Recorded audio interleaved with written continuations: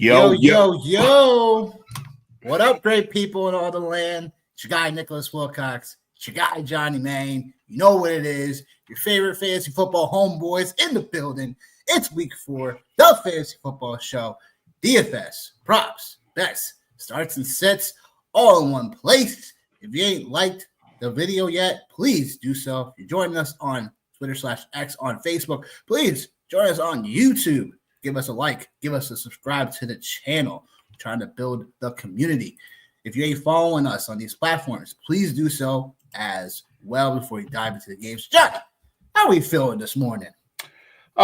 Feeling like a man who's, running a rat race, bouncing from fire to fire. But, we're here. We're up early in the morning watching the Pittsburgh Steelers put that work in for sure.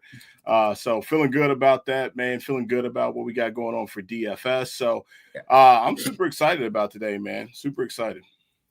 Oh, yeah. Well, you're definitely excited right now. Currently, the Steelers are up 14-3 and driving once again in Germany. Basically a home game because of the kind of Steelers fans out there today. When is it never a home game on the road for the Steelers is the question I ask. That really is the question because, Steelers fans are definitely nationwide. Sometimes, in this case, internationally known. To rock a microphone. Yeah. Not Freddie Tiffany, but, Oh, shit. You know what I mean? But, hey, you ain't the only one with puns sometimes. But we're going to get right into the games, folks. Again, if you're joining us on X, please join us on YouTube, the Fantasy Football Show, or Johnny O'Marabell. Join his YouTube. Give him a shout out as well. Again, I'm going to drive right into this. First game, we're going to start with the Tampa Bay Bucks. Philadelphia going into Tampa Bay. Currently, line is -3.5. Philadelphia going into Tampa, Florida. Over under 44.5. Johnny, kick us off to this game. You think Philly struggles when they go into Tampa? There was talk about them going down there a little earlier so they get used to the humidity, because obviously if you've been in Florida before, that's swampish heat, man. It's really it does feel really nasty. And Philly has not done well under Nick Sirianni going into Tampa. So what do you say about this game, Johnny, in general? Yeah, no, I agree with you. I think this is one of those weird games. You already kind of touched on it. It's been tough. The Eagles haven't had a lot of good luck against the Bucs, just in recent history. And this is one of those situations potentially where styles make fights. In one area specifically for the Eagles that they've been really good at, that they haven't been crushing it at specifically this year, has been in the run game on the defensive side of the ball. And then Bucky Irving, obviously we all know, fantasy managers all know what it is with him, right?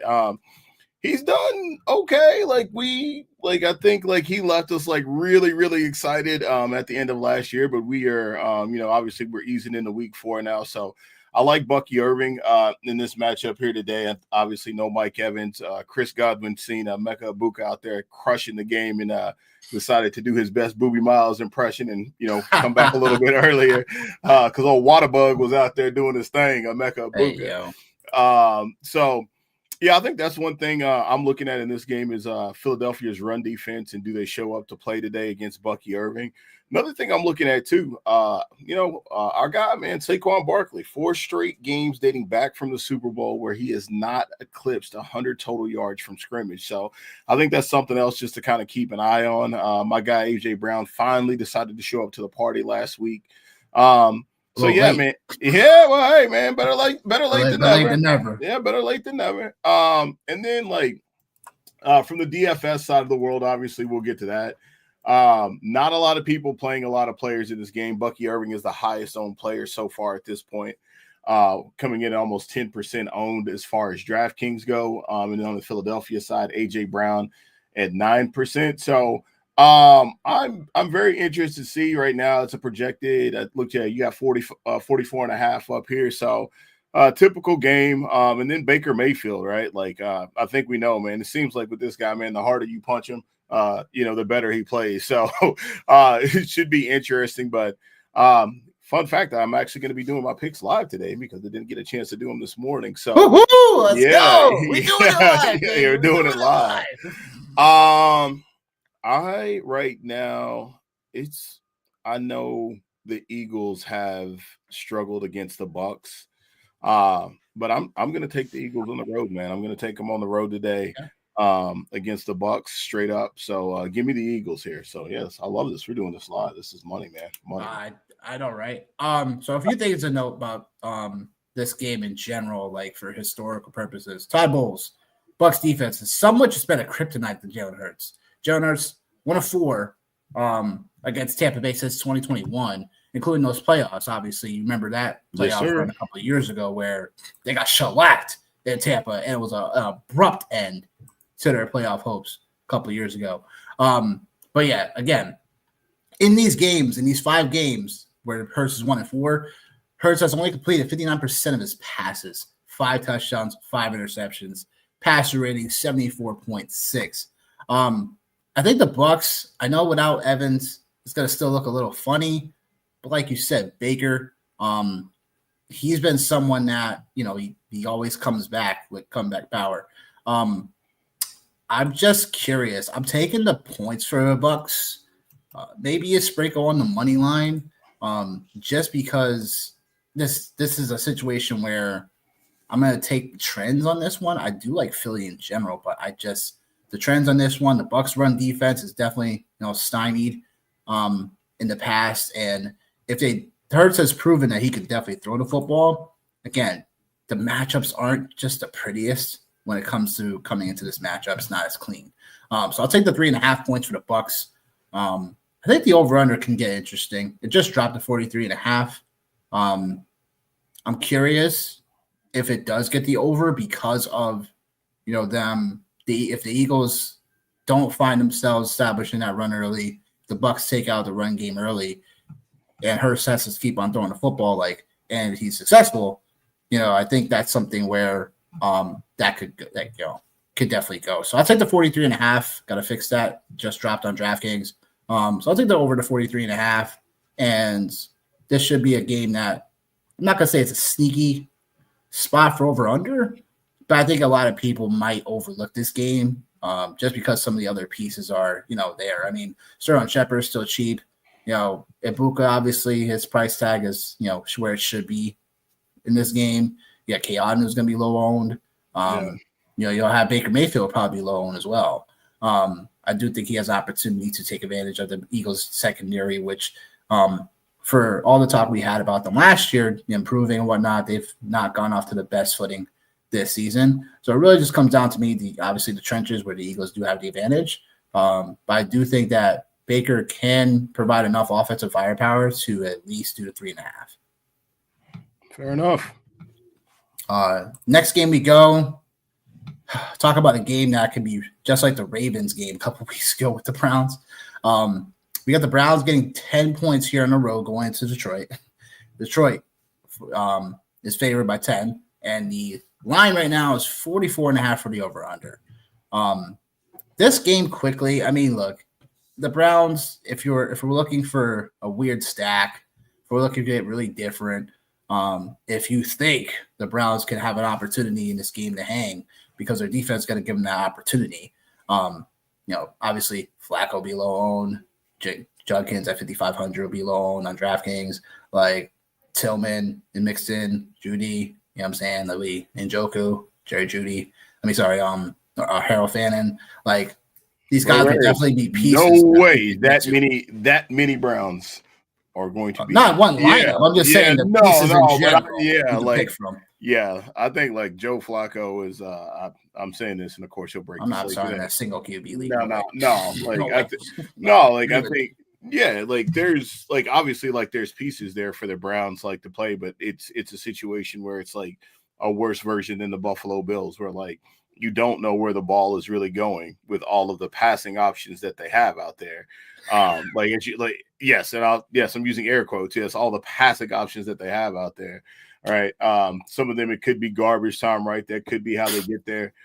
Could be garbage time, but now, man, like I don't know, like I'm staying away from any of the Browns here today. I think like there's like maybe 2 guys that I would be interested on the Cleveland side, and that would be Judkins. I would be interested in him. And then Njoku is somebody that obviously like at the tight end spot, or him or Fannin, right? Like those are really like the I say 3 places that I would be looking at if I was going to get to anybody on the Cleveland side, which I am playing some GPP today. So I do have a sprinkle of a couple of those guys in there, but not players that I'm adamant about in any respect about getting into my lineups. And then on the Brown side, obviously, like you have like Jahmyr Gibbs and you have Amon-Ra. Those are the 2 names that really pop. Obviously, the one interesting stat, though, or a interesting stat, I should say, about the Browns is so far collectively as we go into week 4, and this could be something that balloons up to a bigger number, but right now they have held opposing running backs to a total of 128 rushing yards this season. So Yep. I know we all love Jahmyr Gibbs, right? And maybe it's the rushing game, or maybe it's actually the passing game. Where he actually shows up today, like in that space. So I think that's something to keep an eye out on. And then on the Lions side as well, Jared Goff, man, been killing it. He's looked really good so far this season. He's back at home, which I think we all know, like when we look at his splits, like he plays much better at home than he does on the road. He played really good on Monday Night Football, take down the Ravens. So far, 19 of 23 for 168 yards and 3 touchdowns against man coverage. So you mentioned it, man, like maybe this is like the Ravens game here, but like on the DFS side of things, man, like the Browns, I'm so glad Justin Jefferson fell down. Holy crap. But the Browns is obviously a defense that like you might want to keep in mind. But the other thing about this too is like we know what the Lions like to do. If the Lions start beating that ass, they are going to beat that ass to the ground and drop 40 on you. So if they can keep it close, right, like that's a really good cheap play for the Browns. And then the Lions up top is a really good play because I just think like not even about the Lions defense. I think it's more about the Browns offense and what they're going to not be capable of doing. So I like both of these defenses kind of in a nutshell, like when we talk about DFS on DraftKings and on FanDuel. Yeah, totally. I just think there's a spot where I guess Detroit just coming in really hot. Yeah. Honestly. Yeah. I just think they keep that rolling. I just don't know how you put Lamar Jackson in a blender, 7 sacks last week. Like there can't be a letdown spot after that, right? Defensively for Detroit. So I'll say Detroit's gonna cover here. The over-under is going to be interesting. Like, kind of reminds me of last year where Tennessee came into town. They kind of gave them a fight in the beginning, and then all of a sudden just really trailed then. It's kind of similar situation to what I'm seeing from last year. So give me Detroit, give me the over-under to take them to cover as well. Yeah, I'm with you. I'm with you with Detroit. I'm taking them as well, man. So let me go ahead and fill that out too. Nice. Doing it live, baby. Doing it live. Doing it live.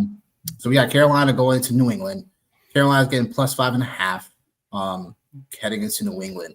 Over under right now, as far as it stands, is still 42.5. What I like about this game is that I just think New England has an opportunity to really showcase Trevion Henderson. People have been waiting for Henderson for weeks. Yeah. Obviously the Stevenson fumbles and the Antonio Gibson fumbles led to more Henderson taking more of that backfield shares late last week. And he was getting first team reps, first team touching the ball, all this type of stuff, all this, Fugazi stuff going on until we see it on the field, right? So if you have Henderson, if you have a flex out worthy opportunity, I think you definitely need to start him this week. Carolina coming into this matchup, they are 25th ranked defense against the run. They are allowing 5.7 yards per carry. So again, like this is a script where New England should be taking advantage of the run. I'm not buying into what Carolina did last week. Atlanta just did not give them any type of push offensively at all, which was so weird to see.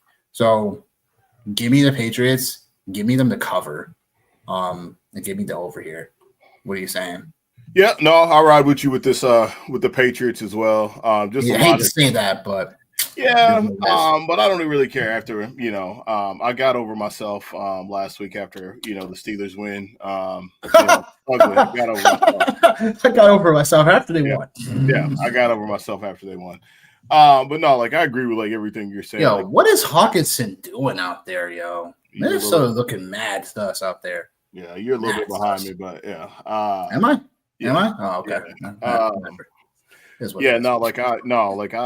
Yeah, I'm with you as far as like the Patriots go. I think this is just a really good opportunity for guys like Drake May, guys like Travion Henderson. Pass catchers, we don't know, and that's always going to be one of the downfalls of a team like New England that spreads the ball around as far as pass catchers go. We just don't know who it's going to be. So a lot of options if you're looking in the GPP world, Keyshawn Boutte, Steph Diggs, Hunter Henry, like those are definitely some plays, obviously, on that side of things as well.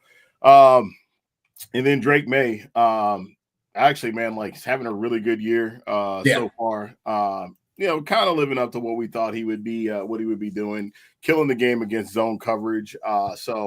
The Panthers play the third highest rate in the NFL, so I think this is another opportunity for him from a passing side of things. I think we all know about his athleticism, but I agree with you, man. I think this has got to be a spot for Travion Henderson, bro. If not, then win. Like, if not, then win.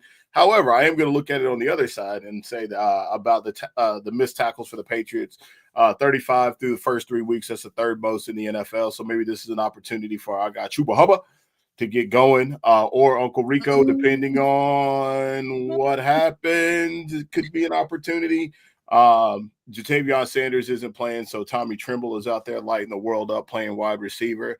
So this one, a lot of things could go a lot of different ways. Like, this is definitely a wild card game for me, as far as from the DFS side. But I do like Drake May, and I did doing the research earlier this week and kind of building things out.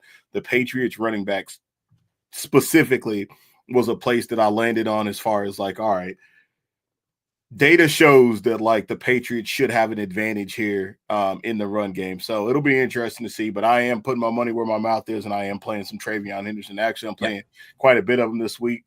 5% owned so far at this point on DraftKings. So I think really, yep, wow, that's interesting. Yeah, it is. It is. I'm pound the table on that. Yep. I'm here for it. I'm here for it all. So give me the Pats. I'm with you, man. I'll take the Pats and the points on that one. Yeah, I mean that's ridiculous. I definitely see that number changing another hour or so. Has to. Well, even if it changes, man, like the thing about it is, I'm still on it either way. And it's not right. Like it's not gonna balloon to 25 or anything like that. And he's in the same range, right, as Cam Scatterbo, which obviously we'll talk about that game a little bit later on as well. But just a nice way to get different from players in that price range. If you're playing in GPPs or obviously if you're playing with buddies or whatever, just a nice way to get different. Yeah. On to a game that doesn't excite us at all. At least on paper. Yeah. Saints getting 14.5 going on the road to Buffalo. Over under, I believe that number changed overnight as well. I think it's 49.5 now. I think, or is it still 48? No, it's still 48. For some reason, I think that Rams game actually changed now. Either way, over under right now, 48.5 according to DraftKings Sportsbook. Look, the Saints don't come in pretty. What I will say, though, is that there will be volume to be had for the Saints game. When it comes to Shaheed, when it comes to Juwan Johnson, Chris Olave. I'm curious about Alvin Kamara. He has not been getting deployed like we've seen in the past, in terms of just getting peppered with targets. No. So I don't understand that one. Is it really just, again, like Kellen Moore just trying to continue to keep this offense more vertical? I'm really curious about that for our season-long leagues, because if you have Kamara and you're expecting to be a nice RB2, consistently, it just has not happened. For the Buffalo side, what else can we say, right? James Cook's going to keep on making us say his name, right? Obviously, Josh Allen. I just don't know if the Saints are going to push them in this matchup. So this could be a spot where it could be Josh Allen doesn't really be Josh Allen. He somewhat has to get pushed in some matchups to really give you that great ceiling, like Baltimore week 1. So it's obviously we're starting him, we're starting James Cook. You have them both. It's the pass catchers. Dalton Kincaid has really showed up. And outside of Keon Coleman week 1, he hasn't been showing up. Palmer, same thing. Elijah Moore. So it's just a weird spot outside of Josh Allen and James Cook. If you have some Saints players, I still recommend you start Olave, Juwan Johnson, stuff like that.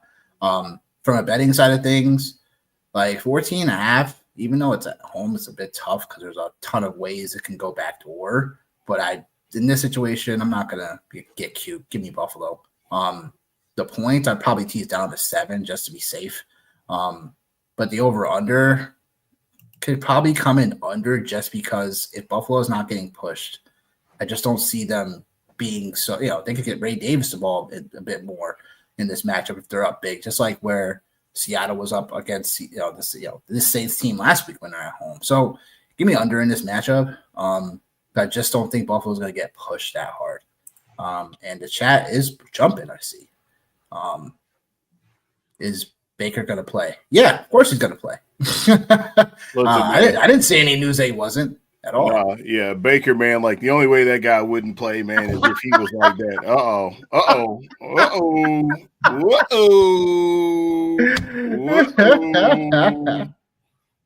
That's hilarious. That's hilarious, yo. I don't know how you do that, but maybe they were scared because the Vikings put up so much defensive points last week. But probably so.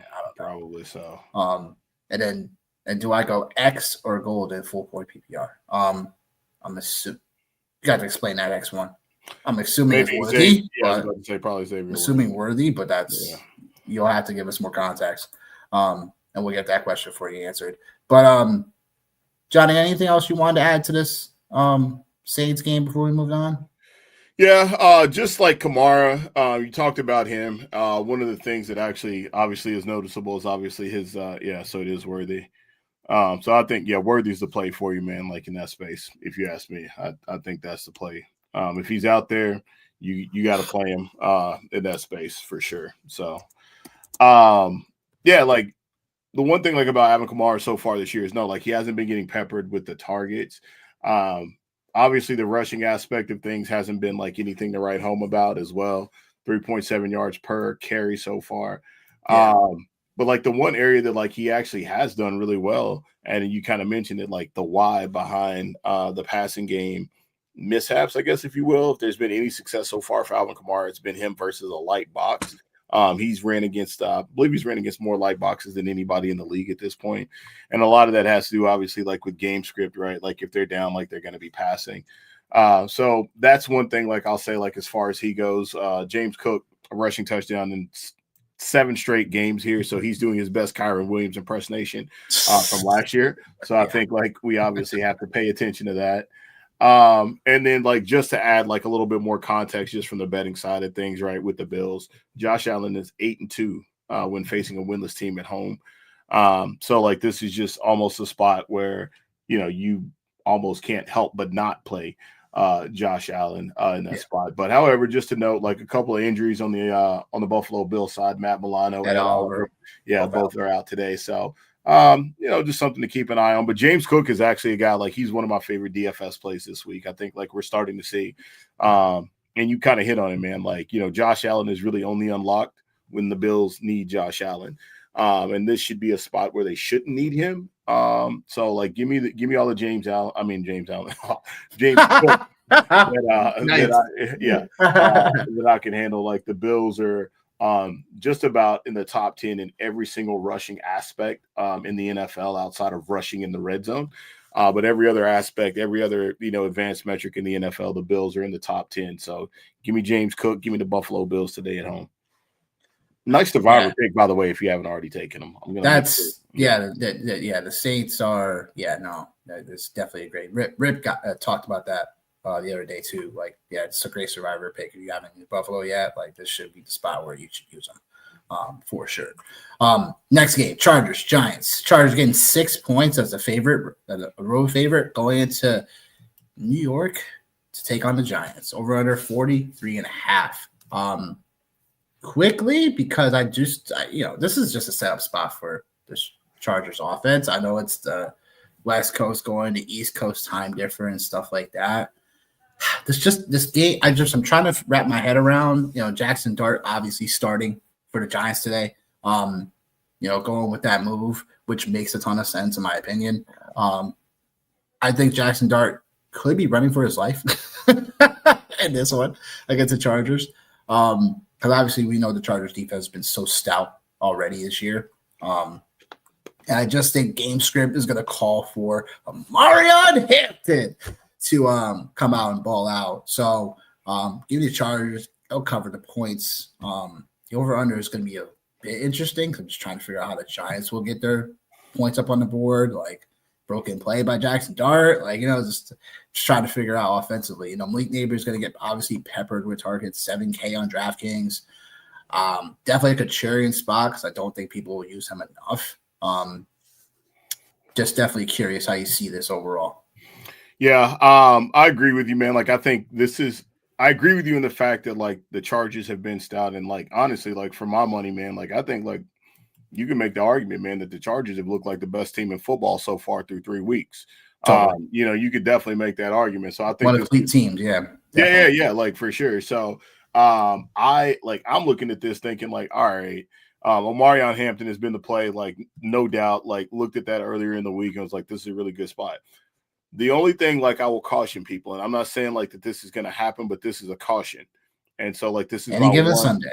It's not even about the any given Sunday. It's my caveat is that when teams make a change at quarterback, and especially if it's a guy that, like, kind of raises the level or potentially raises the level of everybody, that team could be playing through the roof today. So like this could be a trap spot. Like overall for it's possible, yeah. For DFS, for betting, like it could be a trap spot. I've said it all year long. Like I think the New York Giants defense is a lot better than what people give it credit for.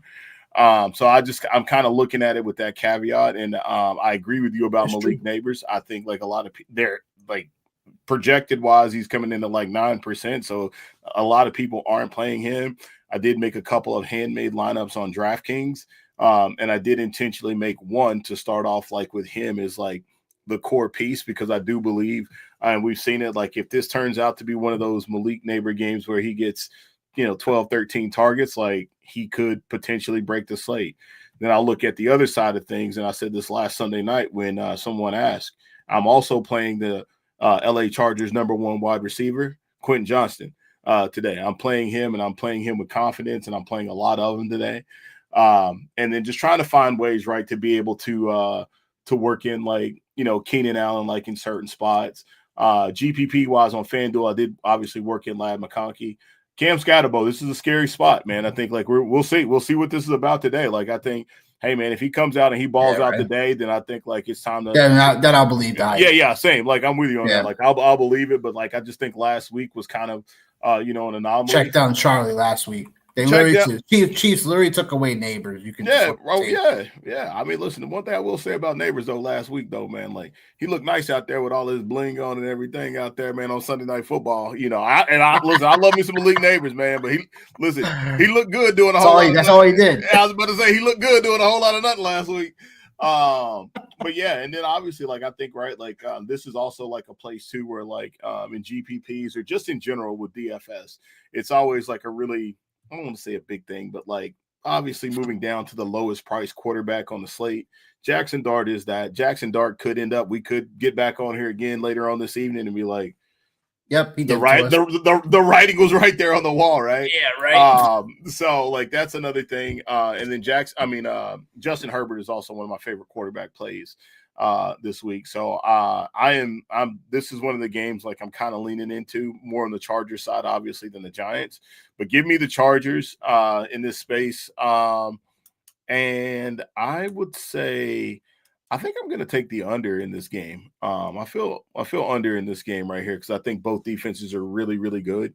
But I think obviously, man, Omarion Hampton, we've been waiting on this moment and we finally got it now as far as fantasy managers go. So feeding for it. Yeah, man, we got it, man. So give me the we have Omarion Hampton. Yeah, yes. Like Fairly Odd Parents. Oh man. I know. Love it. Still a kid at heart. Last game we go to for the 1:00 games. We got Commanders going into Atlanta. Commanders are a slight underdog, a +1.5, going into Atlanta. Over under is 43.5. What I'll say about this game is that I'm just gonna say it. I've been kind of contemplating on it, but I'm gonna give us a nice little sneak peek into what I got for props today. I got Drake London over 5.5 catches. This has to be a bounce back spot for this Atlanta offense to get busy. The overall Commanders are dead last in coverage, passing coverage. according to PFF. And Drake London, this has to be a spot for him. In a spot where Atlanta was, in terms of just they put up a goose egg last week against Carolina, division foe. Like, they should come out angry. They should be coming out very angry. And I do like him in terms of like betting props. He was unofficial at first, but now he's going to be part of the official bets today. But in terms of Atlanta, I do like the bounce back spot here for them. But Marcus Mariota starting again makes things more interesting here as well. Obviously, Mariota's still, really cheap on DraftKings. So you could totally go there. It'll probably be the chalk, low, in terms of the low owned prices.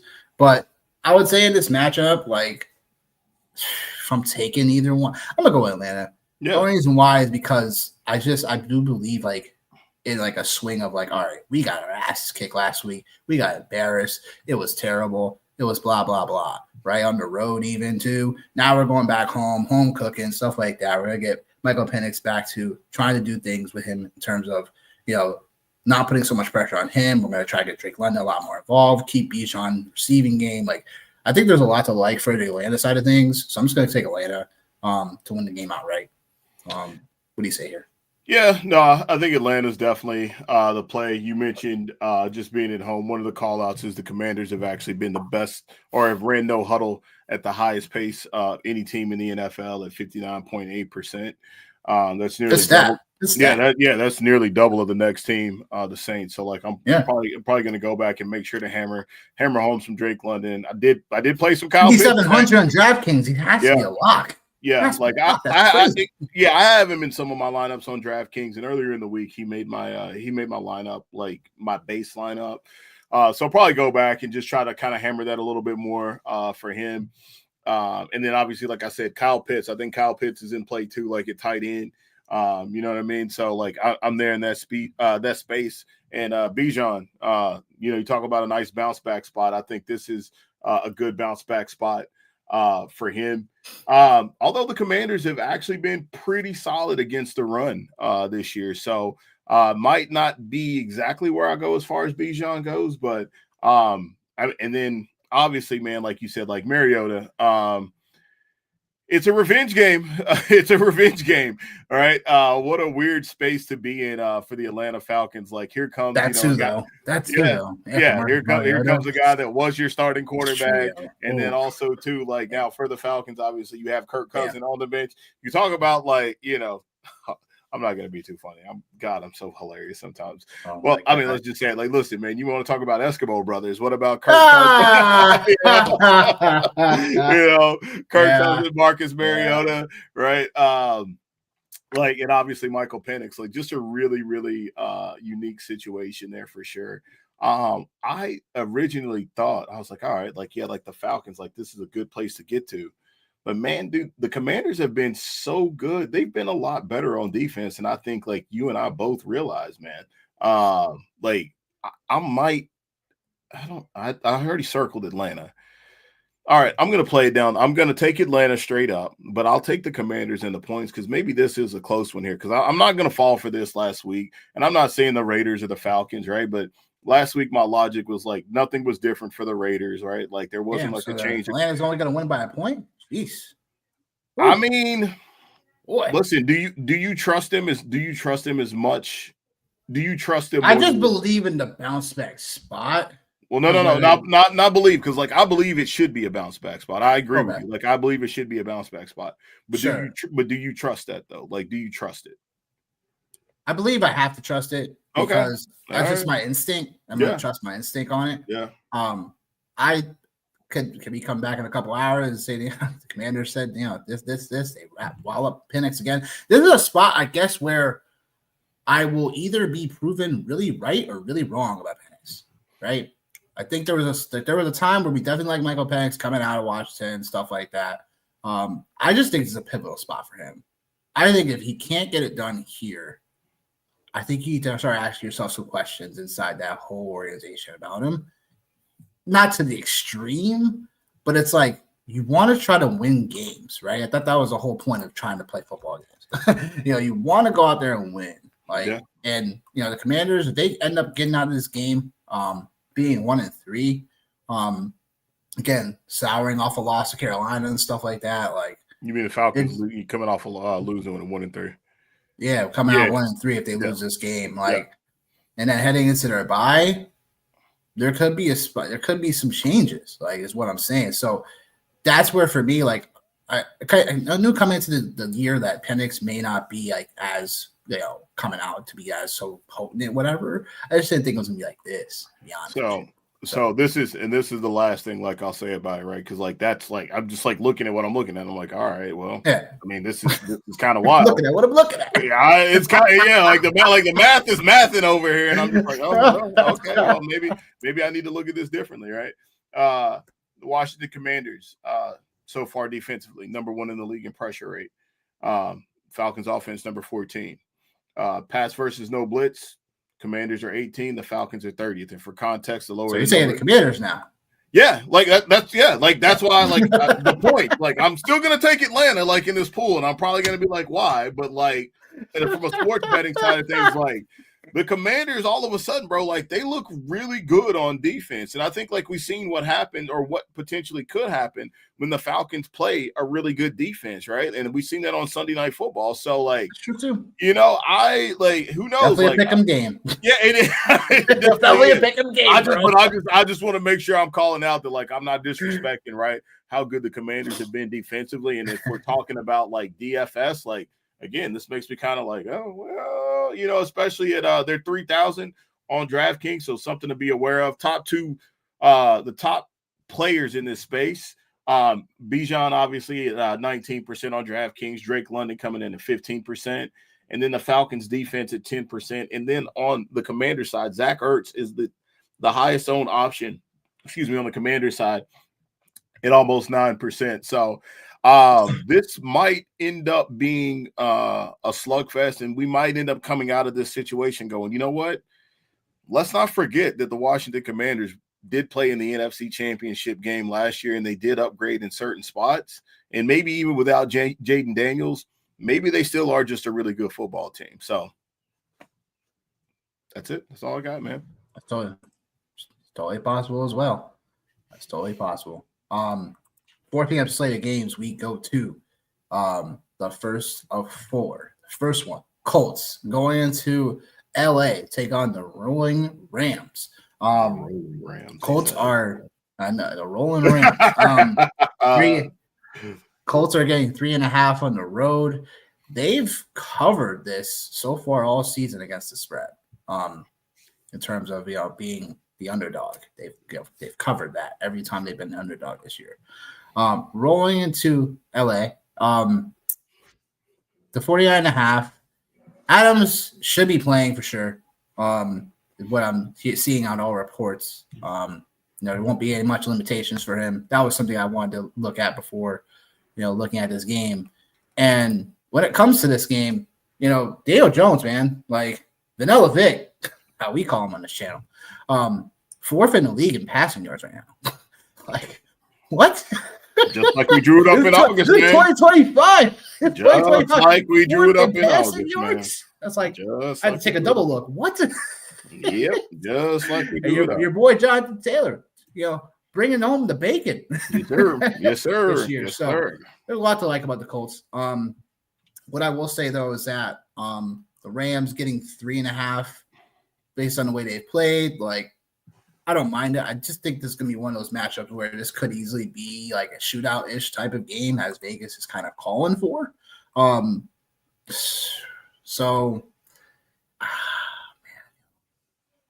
I just think that I'm going to take the Rams in this one just because I still love the nucleus. McVay, you got Stafford doing his thing as well. Like, Puka gets a matchup against Kenny Moore, who was just signed off the street a couple days ago, and he has to play up against Puka Nacua today. I'm looking at the injury report, and I don't even know if he's even going to play, man. So like Kenny Moore, yeah. So like obviously we'll find out.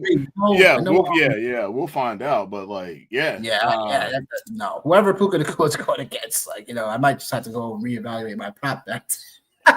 Yeah, might have to, man. Oh my god! And can I just tell you how physically ill it makes me as a DFS player when I see players in like 30%? Like it makes me physically. I know the chalk is good today, though, in a way. You know what I'm saying. Well, yes and no. Like the pricing, like he's, I mixed up my name. It's Mike Hilton they signed. Sorry. Okay. Kenny Moore, the guy that had the injury is what I was trying to point. And listen, I know all too well. Listen, Mike Hilton, the one thing about that guy is he was an ex-Steeler. He ain't never been known for covering people. He's been known for known for blitzing, but he ain't been known for playing at cornerback. So that is going to be what we like to call a problem.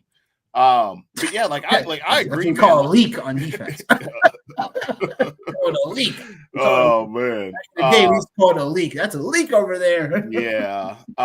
And Puka, man, like 7,900 on DraftKings, and I'm pretty sure on FanDuel he's actually the highest price player, highest price receiver on. So man, like that always makes me worried, just because like the only way like he really pays off his price is like if he is absolutely the best player on the slate, and obviously like a 50-point implied total. That says that like there's going to be a lot of points in this game. This is actually one of my favorite games to get to. And I think it's a lot of people's favorite game to get to, is like a lot of the stars are in double digits. Actually, there's like almost 6 people in double digits in this space. Puka Nacua at almost 35%. Tyler Warren at 17%. JT, the NFL's darling at running back, at 15%. Kyron Williams at 12%. And then Tay at 11, and then you have Adonai Mitchell, who's gonna be over 10%. So obviously everybody else is like right on board with us as far as players that we like. It's a great place to get back to Daniel Jones, right? Coming in at almost 5%. So if you want to go with him naked, I think that might be like a nice leverage play off of everything else that's going on in this game, and not like just kind of going along with the chalk. But yeah, I am playing like a lot of these pieces today. I am playing a lot of Daniel Jones today. I am playing some Kyron Williams today.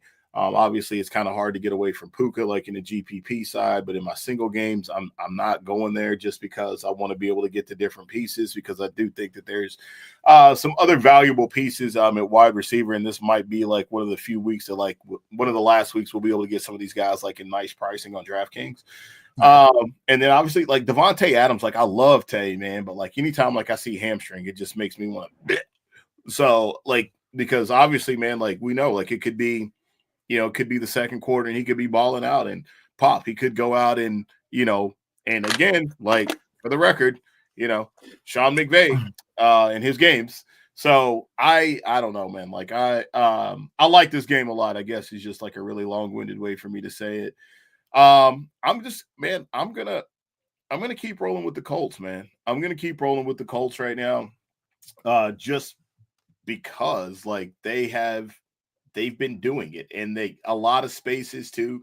When you look at them offensively, like they're really, really good, like on the offensive side. Like when you look at like a lot of like, again, some of the advanced metrics in passing, obviously they're in the top 10 in damn near every spot. And then even when you flip it over and you look at this team defensively, right, against the pass, like they're really, really good against the pass. And one of the knocks on the Rams has obviously been their lack of efficiency in the running game. So it's going to be good. So I think this game, the reason why for Kyron for me is it's more about the Rams running game, as they are significantly better than the Colts on the defensive side of the ball, like in that space.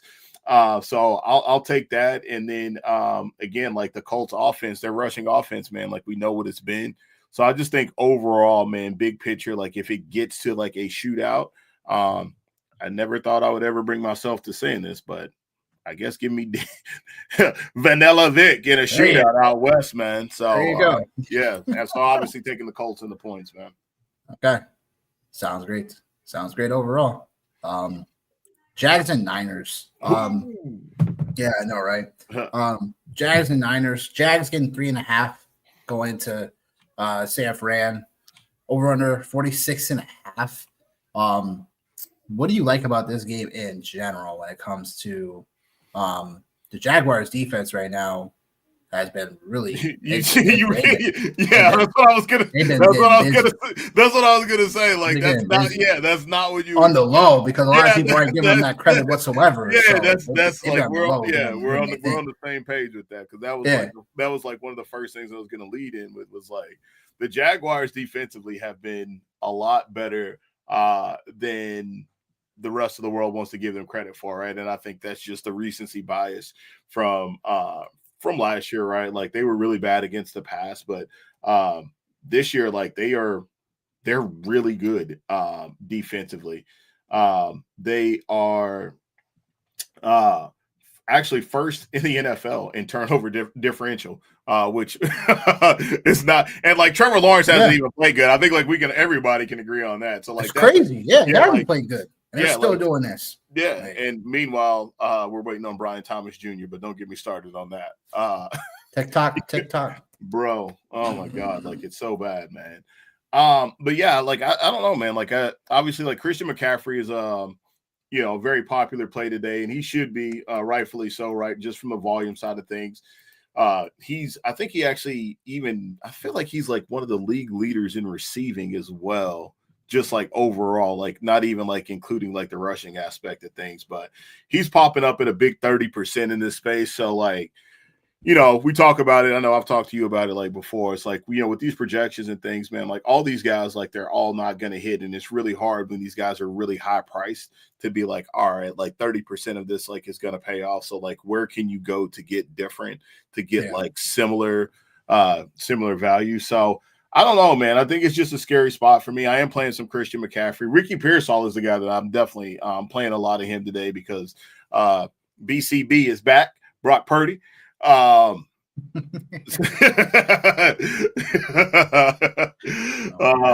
then he's priced down too. Like he's priced down. Jawan Jennings is priced down as well. So a lot of the 49ers pass catchers, they're priced down in this space. But again, like as we talked about, man, like the Jaguars defensively, they have been low key pretty good. Meanwhile, yeah, there it is. Yeah. McCaffrey leads the NFL with 77 touches, which are the most through the first 3 games of his career. So again, a lot of concerns like we had about him early on. Like he's answering those questions aggressively. So yeah, man. I guess like in the space, like I don't know why I'm so long-winded this morning, probably because I'm like running on little to no sleep, but I guess man, like this makes me like obviously I'm gonna pick the Niners to win the game. But like this makes me want to take the Jags like in this space, or maybe even like the under. It makes me want to take because I do truly think the Jaguars can hang with the 49ers today. Definitely. I mean, Pearsall and Jennings, they both should be active today for this one. I know Jennings might be a bit more limited, they're saying. Yeah. Across reports. Yep. But I mean, yeah, Brock Purdy coming back is definitely a good sign for the Niners. It's just more about this spot. Like I know the Jaguars, they've been opportunistic. There it is. Say that 10 times in a row. But yeah, like they've been opportunistic to get after turnovers and getting after a quarterback. And Brock Purdy definitely struggled with that when he last started week 1 against Seattle when they brought the pressure. So I guess in this spot, give me the Jags for the points. But I think the Niners still find a way to escape this game. Even if the Niners somewhat lose this game, like they still have one of the easiest schedules upcoming for the rest of the season. So it's not like a total panic they lose this game. So, but give me the Jags for the points. I do think that at some point Trevor Lawrence got to get together. Yeah. Otherwise we're going to have to start really scratching our heads about him in general. So we'll have to remains to be seen what questions will be answered. On to one of the bigger games in terms of actual football prevalency. We got the Ravens and the Chiefs. The Ravens getting 2.5. They are a favorite on the road going into Kansas City. The over-under here 48.5 for this Ravens Chiefs matchup. So I believe I gotta double check that because let me double check that. I thought it was. Is it really 48.5? Double check that. Well, I would tell you the reason why that makes a lot of sense is because the Ravens and Chiefs have combined for at least 49 points in 5 of their last regular season games. Good job, John. So 49 would make a lot of sense being the number. And the Ravens are. Oh yeah, it is. For some reason, I thought it was like 46 or something. No. Like I was like, did I make an error last night? Like no. It is 48 and a half. Yep. No, that makes perfect sense. And the Ravens are 0-3 when playing in Kansas City. So yep. Yeah. Someone's got to give here. Something has to give here. Yeah, man. And then just like obviously a couple other quick call outs just for the quarterbacks, like as well.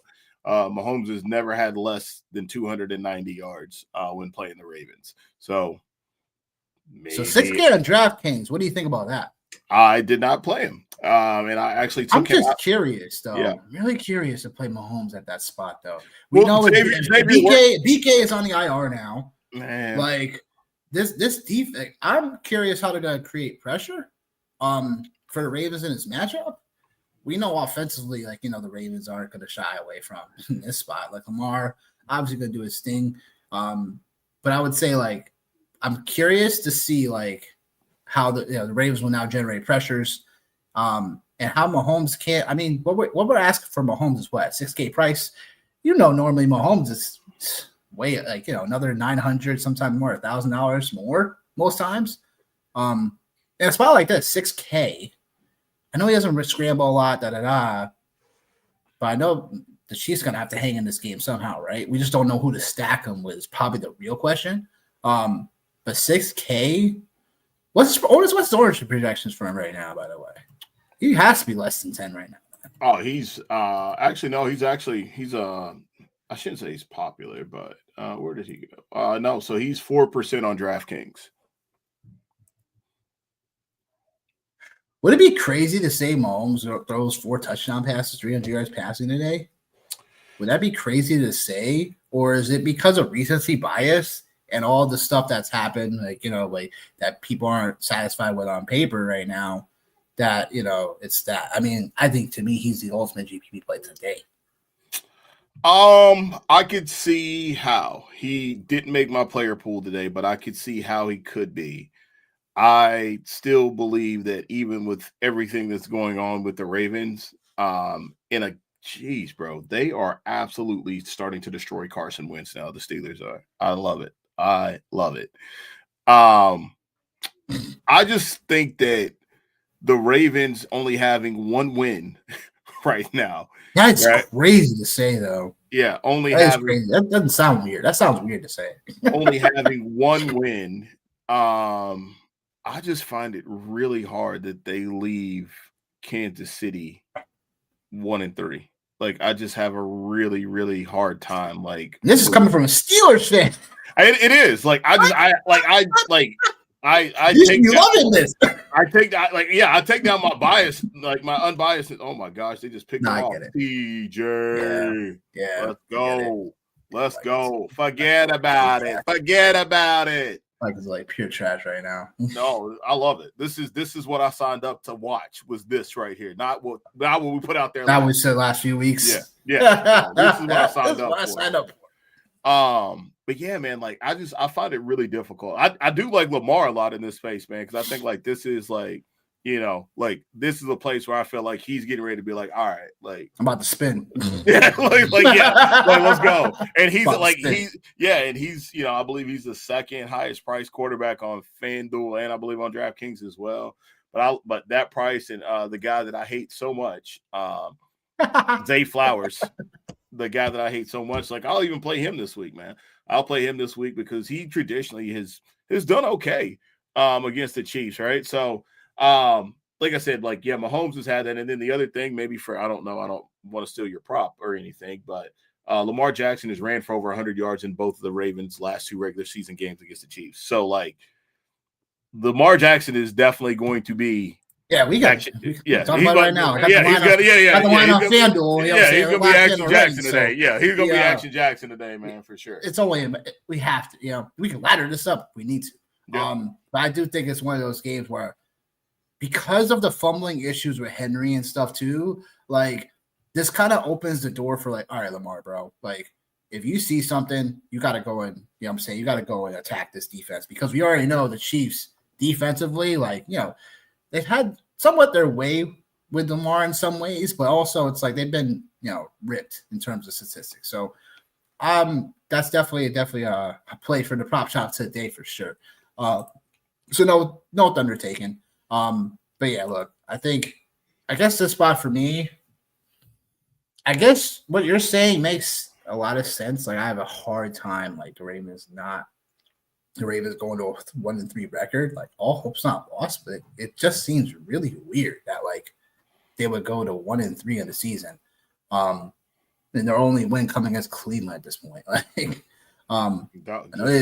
had the game against Buffalo, blew the lead. You know what I'm saying? Detroit just got on them. Like I have a hard time myself saying the same thing. But the Chiefs on the other side of the coin, too, it's like for all the stuff that's been happening with them, I find it hard for them to actually like, oh, Christian Gonzalez is active today. It's going to be a long day for the rookie now, I guess. Dang, I just traded for Tedder McMillan in a few leagues. But side note.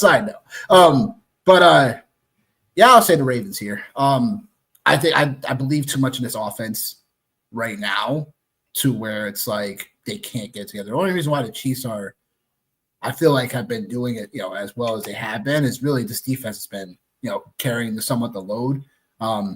And again, I feel different about this offense once Rashee Rice comes back, because that should give them a better lift and upgrade here.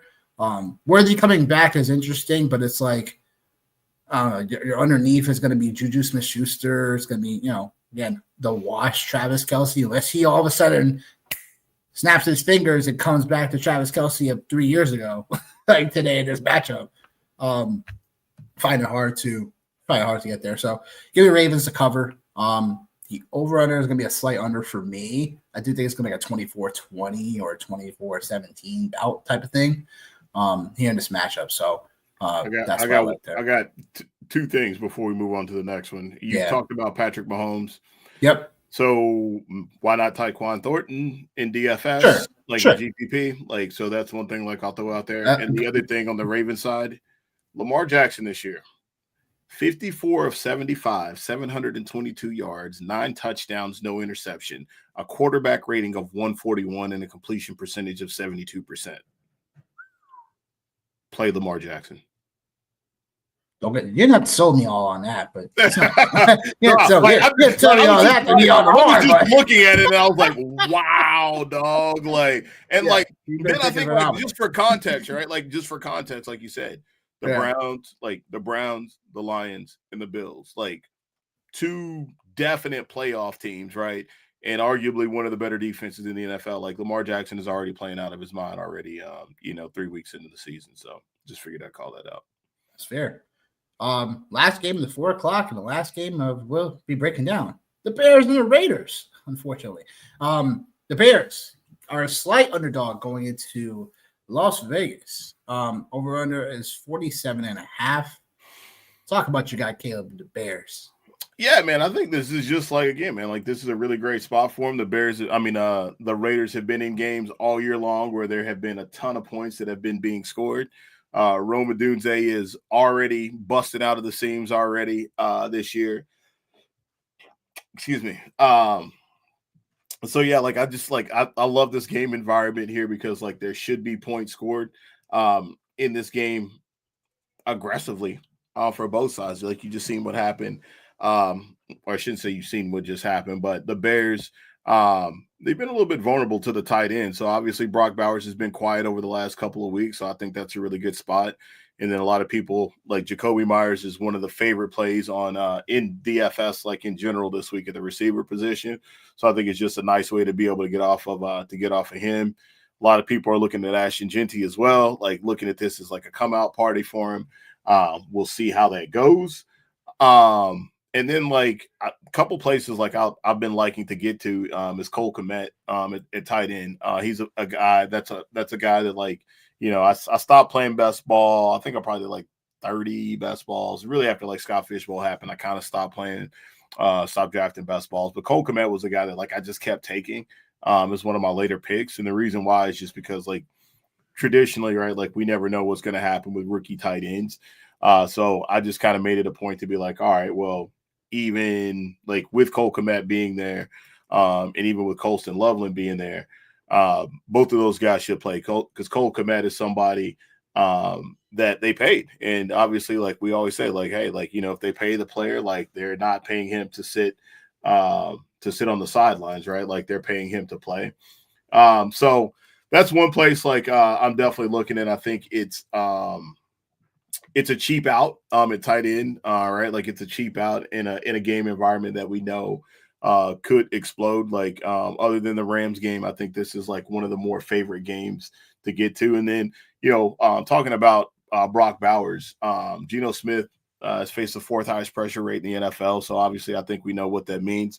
That just means quick drops for him, quick drop offs to Brock Bowers, right?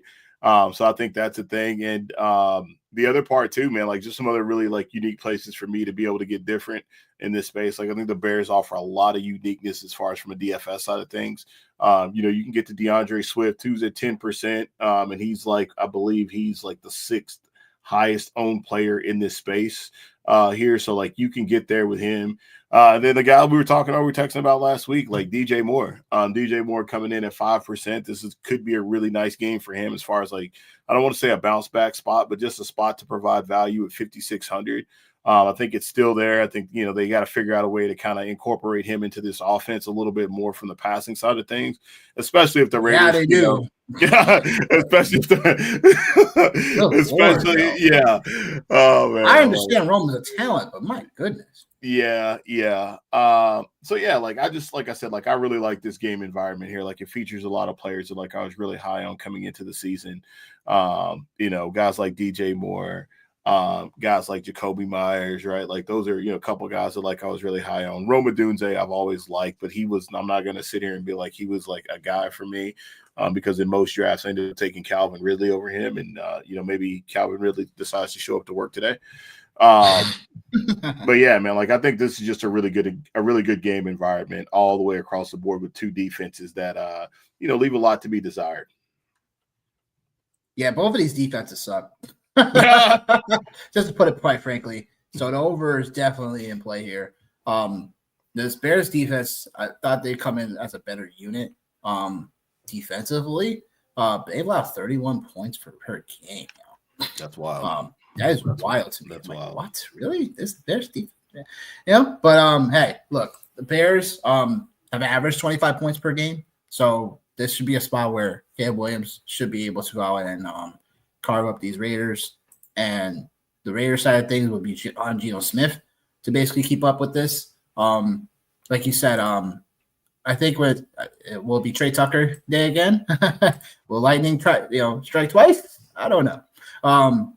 3 touchdowns? I don't know about that. Hey man, one thing about it, 2 things for sure. He'll be on the field. Chasing it. Well, he'll be on the field. So like in a game environment like this, like I think we know, right? Like it definitely is a real thing. Like if you think back to the Dallas game, right? There was definitely like some opportunities there for secondary pieces. Trey Tucker is a secondary piece. So I season long, it makes me kind of cringe to play him. Unless I'm just like like in an absolute like have to, like if you're in 14 and 16 team leagues and like you gotta do what you gotta do. The highest pickup of the week. Yeah, you gotta do what you gotta do. But yeah, man, I'm looking forward to this one here for sure. Yeah. But yeah, give me the Bears in this one to take care of business here on the road and the over. To the prop shop we go, getting back to 500 almost, 13 and 15 on the year. So we're getting through 3 weeks. So look, not gonna sugarcoat it, just gotta get better. So I got some spots for us. Some will be on FanDuel, most should be on DraftKings. But let's get to it. We already talked about Lamar Jackson over 44.5 rush yards on FanDuel. Just was the better line when I took it. And that's just what it is. You know, Lamar, like you said, has creamed the Chiefs defense. He just finds ways to get over this number relatively with ease. You could ladder this up if you want to. I'm just taking the safe route, going 44.5 rush yards. for Lamar Jackson. Trevion Henderson, we've been waiting for this moment for quite some time. For really weird that the line didn't move even further for his rush yards. For Trevion Henderson, over 38.5 rush yards on FanDuel. I think I saw 40 on DraftKings, 40.5. So either way, I talked about it earlier. Panthers are they have given up 5.7 yards per carry this season when it comes to running backs, and they allowed combined yards. Like they allowed ETN to do this to him, and obviously Bijan Robinson did this to him as well. Like this is just a spot where I just like Henderson, like clearly just for the easy, 3.5, 38.5. You could obviously ladder this up as well. You could take the rushing receiving yards. I almost took that as well, but I'm just going to go with the safe route and take 30.5 rush yards. Hampton, 70.5 rush yards on DraftKings. The Giants ranked 26th and 30th in EPA per rush and success rate. They allow 1.6 yards before contact on running back rush attempts. So this is a spot where Hampton, we already know, is going to get the workload here. Definitely projected to do that. Son Haskins, who has been a hack in not a good way since he's been in the league. He just got signed, so I don't see him, getting too many touches. Maybe they have Ronnie Vidal still come up. I don't know, but it's Hampton's backfield. And this should be a spot where even if the Chargers find themselves not coming out as hot, like Hampton's still going to get the touches to get this over. In my opinion, James Cook over 77.5 rush yards on DraftKings. Like, James Cook obviously is someone that, for whatever reason, I just have not gotten enough of in my season-long leagues. But James Cook is someone that he should be definitely focused on, because obviously in a game where they're favored by 14.5, what do you think is going to happen? Josh Allen, of course, I'm saying you can definitely go there as well. I didn't look up his line, but I definitely would get behind that as well. It's just, again, like Josh Allen, there's a certain guy who just needs to be pushed, and Josh Allen, like, he needs to be pushed by the other team to really kind of, get enough of that stuff going. Otherwise, it's like, it's going to be, the pick here for James Cook. So James Cook looked really phenomenal, and I don't have regrets about where my analysis was on him before the season started, but he was someone that, in the range where you would get, where Henderson was going, and Hampton and stuff like that, he should have been going for sure. So there's that. And then Drake London, over 5.5 catches. Talked about it earlier. Commanders pass defense, no bueno. And Drake London, 5,700 on DraftKings is definitely a lock for my lineups. I just think that Atlanta has to find him, the football. And Drake London still is 8th among targets in the NFL right now. So I just like Drake London here in this spot. From a betting side and DFS side of things. So there's that. So that is pretty much the show here. If you ain't following us on Twitter, we call it Twitter because we old. Straight up. X, what I'm saying? Like, what are we doing? Like, just make sure you dive in. Come with the questions tomorrow because, tomorrow. We're live after the Sunday afternoon games. Give us like 7:15, whatever. We'll talk about the recap of the games of Sunday. We'll talk about the Sunday Night Football matchup, the Packers and the Cowboys. We'll have a few props for you as well in that game. So that being said, any final thoughts for you, Johnny? Nope. My boys are kicking ass, taking names. Looks like Jalen Ramsey is taking notes. Oh boy. Oh man. Looks like Jalen Ramsey's hamstring tightened up on him out there. Oh no. Oh yeah. After he did the fake hammy celebration, I'm like, yeah. That's what you kind of get. Yeah, bro. Yeah. No, I don't really have a lot, man. Like I said, I think this is definitely going to be like a really good week. Don't forget, man, we got 2 games this week on Monday Night Football. Sure do. I wouldn't really call them games, but I would say we have 2 pro teams playing football. Should say 3 technically, but yeah. True. Technically 1, but yeah. Yeah. We have Monday Night Football doubleheader, baby. Yeah, there you go. So good luck to everybody out there today, man. If you're playing me, second place is good enough. But if you're not, hey, cash. Hopefully everything we gave you today was something that could make it profitable, and hopefully you guys enjoyed the show this morning. That's real. We'll see you guys later this afternoon when we come onto your airways once again. We out. Peace.